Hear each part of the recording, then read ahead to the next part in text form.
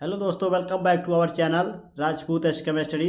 तो दोस्तों, आज के इस वीडियो में मैं आप सभी को क्लास 12 जो कि फिजिक्स है, जैसे कि मैंने आप सभी को पिछली वीडियो में बताया था कि हम अगली वीडियो में आप सभी को 3 नंबर वाले प्रश्नों को लेकर आएंगे। तो आज हम आप सभी को 3 नंबर वाले प्रश्नों को बताएंगे। पूरी किताब के जितने भी आपके 3 नंबर वाले प्रश्न बनते हैं, जितने भी इंपॉर्टेंट क्वेश्चन हैं, उन सबको इस वीडियो में हम देखेंगे। जैसा कि आप सभी का पेपर 6 मार्च को है फिजिक्स का, तो इसलिए आपके पास ज़्यादा समय नहीं बचा है, तो आप जितना जल्दी हो सके इन सभी प्रश्नों को आप तैयार कर लीजिए। तो पिछली वीडियो में मैंने आप सभी को 1 व 2 नंबर वाले प्रश्नों को बताया था, उसको नहीं देखे हैं जाकर देख लीजिए। और बहुविकल्पी प्रश्न को अलग वीडियो में मैंने बताया था, उसको भी जाकर देख लीजिए। ये हमारा आज का जो टॉपिक है 3 नंबर वाला प्रश्न है, पूरी किताब के आज के इस वीडियो में बताएंगे। तो जितने भी क्वेश्चन हैं आप सभी के आपके बोर्ड एग्जाम की दृष्टि से बहुत ज़्यादा इंपॉर्टेंट है, तो इससे इन सभी प्रश्नों को आप सभी तैयार कर लीजिएगा, क्योंकि ज़्यादा से ज़्यादा इस क्वेश्चन को आप तैयार कर लीजिए, क्योंकि बहुत ज़्यादा रिपीटेड क्वेश्चन हैं आप सभी के, ये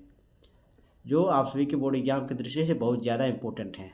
तो चलिए स्टार्ट करते हैं। स्टार्ट करने से पहले आप सभी छोटी सी रिक्वेस्ट है, चैनल पर नया हो चैनल को सब्सक्राइब कर लीजिए और नोटिफिकेशन भी ऑन कर दीजिएगा। तो चलिए देखते हैं। तो देखिए, तो पहला क्वेश्चन हमारा है कूलॉम का वैद्युत बल संबंधी नियम। ये पहला पॉइंट आता है पहले चैप्टर का इंपॉर्टेंट क्वेश्चन, और बहुत ज़्यादा ये क्वेश्चन पूछा जाता है। देखिए, इसी क्वेश्चन के जैसा कि आपका दे देता है कूलॉम के नियम का व्याख्या कीजिए, इस तरह भी क्वेश्चन आपको बोर्ड एग्जाम में पूछ सकता है। तो आपको कुछ करना नहीं है, वह भी पूछे तो यही आपको इसी को लिख देना है। अगर ये भी आपको पूछा कूलॉम का वैद्युत बल संबंधी नियम लिखिए, तब भी आपको यही लिखना है। तो चलिए देखते हैं कूलॉम का वैद्युत बल संबंधी नियम। ये बहुत ज़्यादा इंपॉर्टेंट क्वेश्चन है। देखिए, कूलॉम के नियम के अनुसार, क्या कूलॉम के नियम के अनुसार दो बिंदु आवेशों के बीच लगने वाला वैद्युत बल दोनों आवेशों के गुणनफल के समानुपाती तथा उनके बीच की दूरी के वर्ग के व्युत्क्रमानुपाती होता है।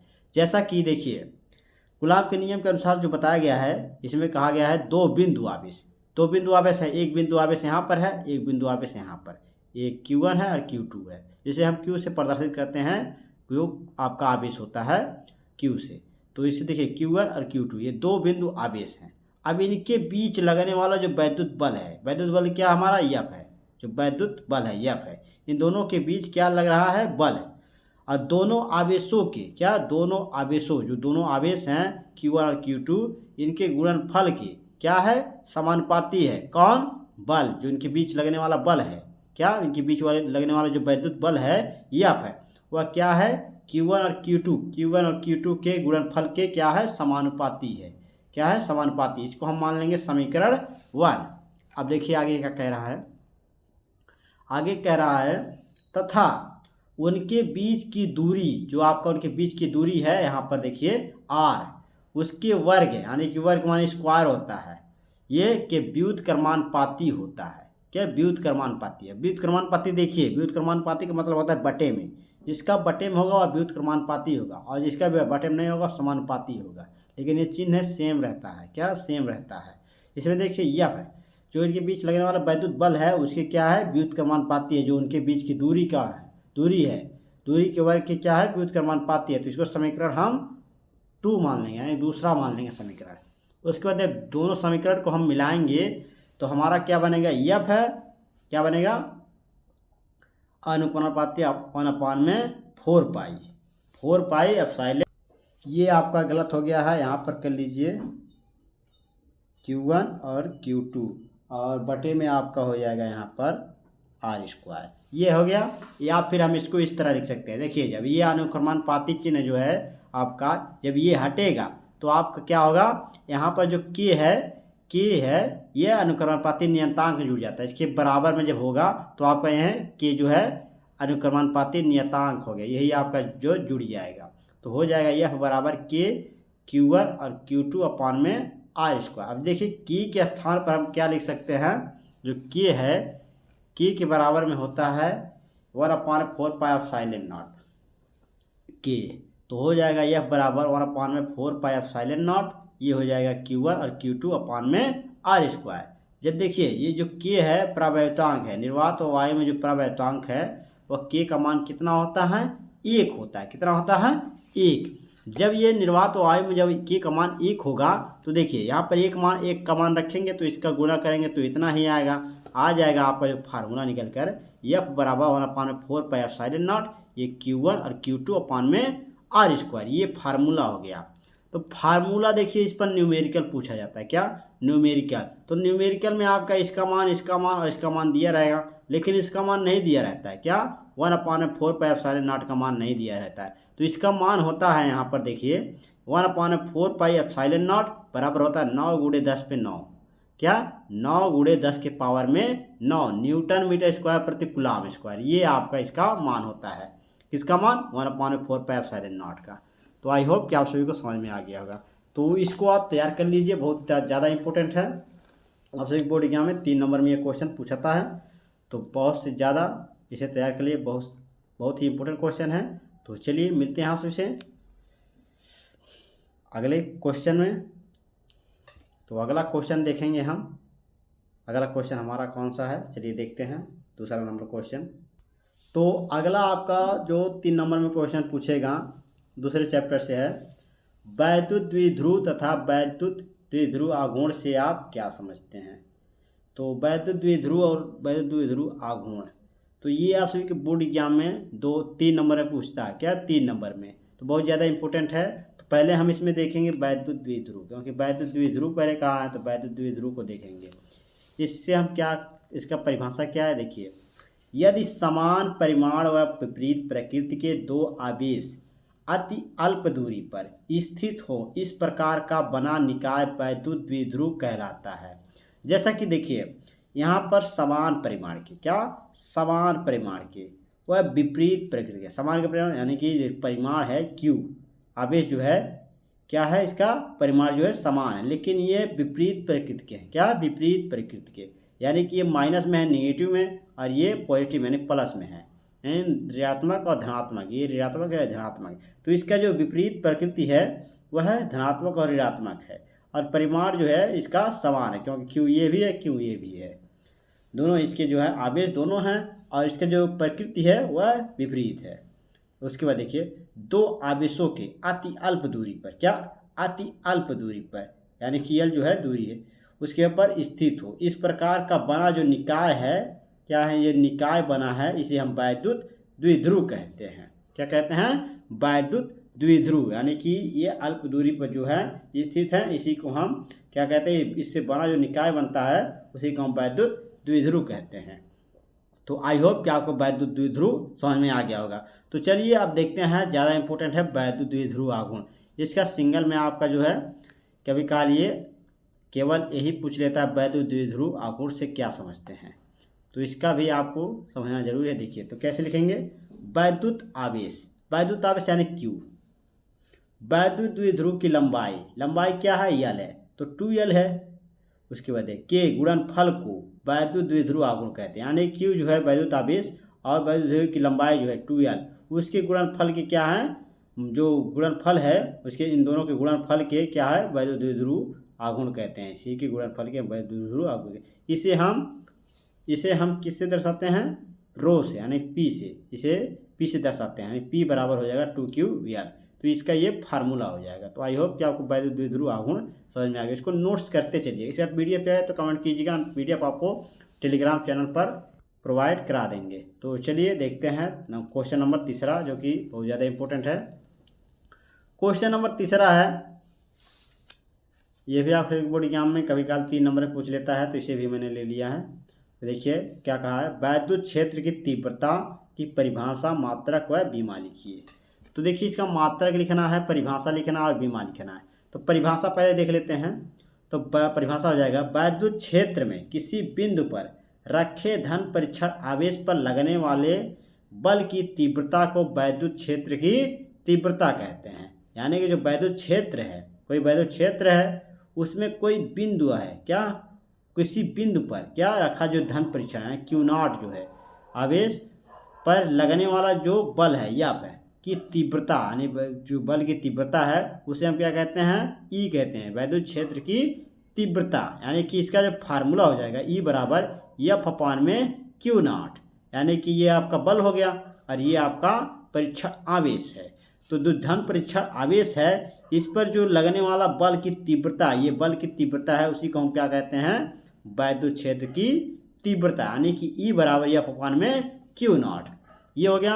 अब देखिए इसमें आपका मात्रक, क्या मात्रक, आपको मात्रक बताना है। तो मात्रक किस प्रकार होगा देखा, देखिए मात्रक हो जाएगा यहाँ, देखिए बल F जो है बल आपका, तो जो बल का मात्रक होता है, तब बल का मात्रक होता है क्या, न्यूटन होता है बल का मात्रक। ये देखिए परीक्षण आवेश, यानी कि आवेश का मात्रक क्या होता है, कूलाम। तो हो जाएगा न्यूटन प्रति कूलाम, इसका मात्रक हो जाएगा किसका, वैद्युत क्षेत्र। उसके बाद इसके बीमा जो होगा, बीमा क्या हो जाएगा, ML T पे -3 और A पे -1। तो ये हो जाएगा बीमा। और राशि अगर पूछ लिया जाए तो राशि हो जाएगा इसका सदिश राशि। ये कौन सी राशि है, सदिश राशि। तो आई होप कि आप सभी को ये भी क्वेश्चन आप सभी को समझ में आ गया होगा, इसको भी नोट्स कर लीजिए। चलिए देखते हैं क्वेश्चन नंबर 4 को।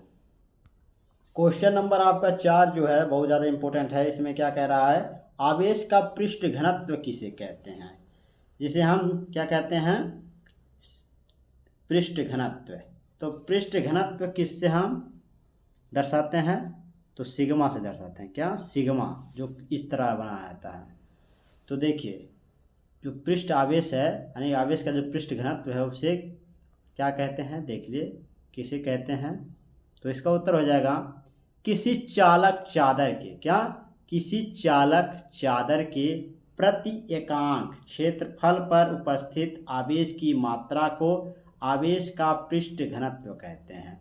यानी किसी चालक चादर के, कोई चालक चादर है, उसके प्रति क्या, एकांक क्षेत्रफल, एरिया जिसे हम कहते हैं, ए से दर्शाते हैं क्षेत्रफल को, एकांक क्षेत्रफल पर उस पर क्या है, उपस्थित हो जो आवेश की मात्रा है, क्या, क्षेत्रफल पर जो उपस्थित आवेश की मात्रा है, उसी आवेश को हम क्या कहते हैं, पृष्ठ घनत्व कहते हैं। क्या कहते हैं, पृष्ठ घनत्व। इसे हम सिग्मा से प्रदर्शित करते हैं। तो सिग्मा बराबर हो जाएगा आपका Q अपान में A, आवेश प्रति एरिया। यानी कि आवेश का मात्रक क्या है आपका, आवेश का मात्रक कूलाम है, और एरिया यानी कि क्षेत्रफल का मात्रक मीटर स्क्वायर है। तो हो जाएगा कूलाम प्रति मीटर स्क्वायर, इसका जो है मात्रक हो जाएगा। तो ये क्वेश्चन आप सभी नोट कर लीजिए। चलिए देखते हैं क्वेश्चन नंबर 5। क्वेश्चन नंबर 5 है आपका, रेखीय आवेश घनत्व से आप क्या समझते हैं। अब देखिए वो आवेश का पृष्ठ घनत्व था और ये रेखीय आवेश घनत्व है, तो इससे आप क्या समझते हैं। तो चलिए देख लेते हैं। देखिए किसी तार के, क्या, किसी तार के प्रति एकांक लंबाई पर, क्या, कि कोई तार है उसके प्रति एकांक लंबाई यानी यल पर वितरित आवेश की जो मात्रा है, यानी कि वितरित है उस पर फैले हुए वितरित आवेश की मात्रा को रेखीय आवेश घनत्व कहते हैं। इसे लेमडा से दर्शाते हैं। लेमडा बराबर आपका Q अपान में यल हो जाएगा। और मात्रक हो जाएगा, देखिए आवेश का, यानी Q का मात्रक होता है कूलाम और लंबाई का मात्रक मीटर हो गया, तो कूलाम प्रति मीटर इसका हो जाएगा मात्रक। तो 5वां क्वेश्चन आपसे समझ में आ गया होगा। चलिए 6ठा क्वेश्चन देखते हैं। 6ठा क्वेश्चन बहुत ज़्यादा इंपॉर्टेंट है, इसे बिल्कुल तैयार कर लीजिएगा। तो 6ठा क्वेश्चन है, समविभव पृष्ठ की परिभाषा व विशेषताएं लिखिए। तो परिभाषा भी लिखना है और इसकी विशेषता लिखना है समविभव पृष्ठ की। तो देखिए समविभव पृष्ठ क्या है, देखिए किसी वैद्युत क्षेत्र में, क्या, किसी वैद्युत क्षेत्र में स्थित वह पृष्ठ जिसके प्रत्येक बिंदु पर विभव समान होता है उसे समविभव पृष्ठ कहते हैं। यानी कि कोई वैद्युत क्षेत्र है, वो कोई वैद्युत क्षेत्र में कोई स्थित पृष्ठ है जिसके प्रत्येक बिंदु पर, यानी कोई भी बिंदु हो वह उसके जो विभव होगा उसका मान जो होगा समान होगा, उसी को हम क्या कहते हैं, समविभव पृष्ठ कहते हैं। जैसे विशेषता में आपका हो गया, विशेषता में पहला हो गया समविभव पृष्ठ वैद्युत क्षेत्र के लंबवत होते हैं। क्या, समविभव पृष्ठ वैद्युत क्षेत्र के लंबवत होते हैं। दूसरा हो जाएगा दो समविभव पृष्ठ एक दूसरे को नहीं काटते हैं। जो दो समविभव होंगे वह एक दूसरे को कभी नहीं काटते हैं। ये आपके विशेषता में हो गया। तो क्वेश्चन नंबर 6ठा भी आप सभी को समझ में आ गया होगा।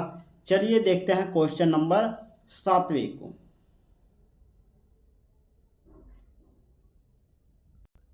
क्वेश्चन नंबर 7वां है आपका, परावैद्युत पदार्थ क्या है? क्या परावैद्युत पदार्थ क्या है? तो इसका उत्तर हो जाएगा, ऐसे पदार्थ जो अपने में से विद्युत धारा को प्रवाहित नहीं होने देते लेकिन विद्युत प्रभाव दर्शाते हैं, परावैद्युत पदार्थ कहलाते हैं।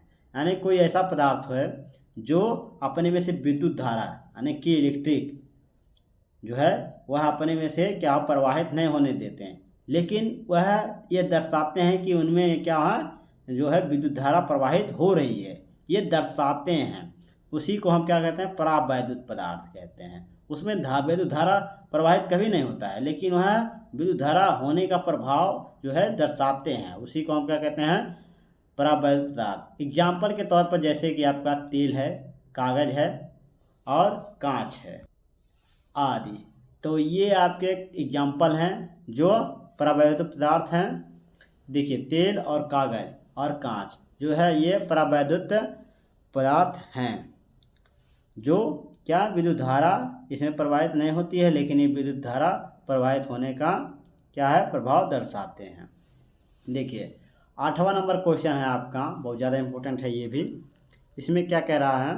इसमें कह रहा है वैद्युत फ्लक्स की परिभाषा तथा मात्रक लिखिए। अब देखिए वैद्युत फ्लक्स की परिभाषा और मात्रक लिखना है, तो इसका उत्तर हो जाएगा, वैद्युत क्षेत्र में क्या वैद्युत क्षेत्र में स्थित किसी काल्पनिक पृष्ठ के क्षेत्रफल से अभिलंबवत दिशा में गुजरने वाली वैद्युत बल रेखाओं की संख्या की माप को ही वैद्युत फ्लक्स कहते हैं। अब इसे फाई ई से दर्शाते हैं। जैसा कि कोई वैद्युत क्षेत्र है, उसमें स्थित कोई काल्पनिक पृष्ठ है, उसके क्षेत्रफल से क्या उसके क्षेत्रफल से लंबवत दिशा में क्या लंबवत दिशा में जो गुजरने वाली वैद्युत बल रेखा है उसकी संख्या को जो मापा जाता है उसी को हम क्या कहते हैं? वैद्युत फ्लक्स कहते हैं। अब इसे दर्शाते किसे हैं? दर्शाते हैं फाई ई से। देखिए ये फाई का निशान है और यहाँ पर ई हो गया, ये फाई यानी वैद्युत हो गया, ये वैद्युत यानी कि फाई ई से दर्शाते हैं। और देखिए इसका फार्मूला हो जाएगा फाई ई बराबर ई ए, क्या ई ए। अब देखिए मात्रक हो जाएगा, जो वैद्युत क्षेत्र का मात्रक है न्यूटन मीटर स्क्वायर और प्रति एरिया यानी कूलाम। ये न्यूटन मीटर स्क्वायर प्रति कूलाम, ये इसका मात्रक हो जाएगा। या फिर इसको एक और मात्रक जानते हैं हम, इसका एक और मात्रक होता है वोल्ट मीटर। क्या वोल्ट मीटर? आपके बहुविकल्पी में कभी कभार न्यूटन मीटर स्क्वायर प्रति कूलाम नहीं दिया रहता है, सिर्फ वोल्ट मीटर दिया रहता है। तो आपको इस पर ट्रिक लगाना है, किस पर? वोल्ट मीटर पर। तो आई होप कि आप सभी को ये सभी क्वेश्चन समझ में आ गया। तो इस वीडियो में मैंने आप सभी को टोटल 8 क्वेश्चन बताएं, जो आप सभी के बोर्ड एग्जाम में 3 नंबर में ये क्वेश्चन सभी पूछे जाते हैं। तो बहुत ज़्यादा इंपॉर्टेंट है आप सभी बोर्ड एग्जाम की दृष्टि से। तो अगली वीडियो में हम आप सभी को 5 नंबर वाले क्वेश्चन को बता देंगे। तो आई होप ये सभी 8 क्वेश्चन आप सभी को समझ में आ गया। अगर समझ में आया हो तो लाइक शेयर कमेंट जरूर कीजिएगा। चैनल पर नए हो चैनल को सब्सक्राइब कर लीजिएगा। आपको सब्सक्राइब करना है, उसके पैसे तो लगते नहीं हैं, इसलिए आप इतना मेहनत करने के बाद भी आप लोग सब्सक्राइब नहीं करते हैं तो बहुत बुरा लगता है। इसलिए आप चैनल को सब्सक्राइब जरूर कर लीजिएगा और नोटिफिकेशन भी ऑन कर लीजिएगा। चलिए मिलते हैं आप सभी से नेक्स्ट वीडियो में नेक्स्ट टॉपिक के साथ। धन्यवाद।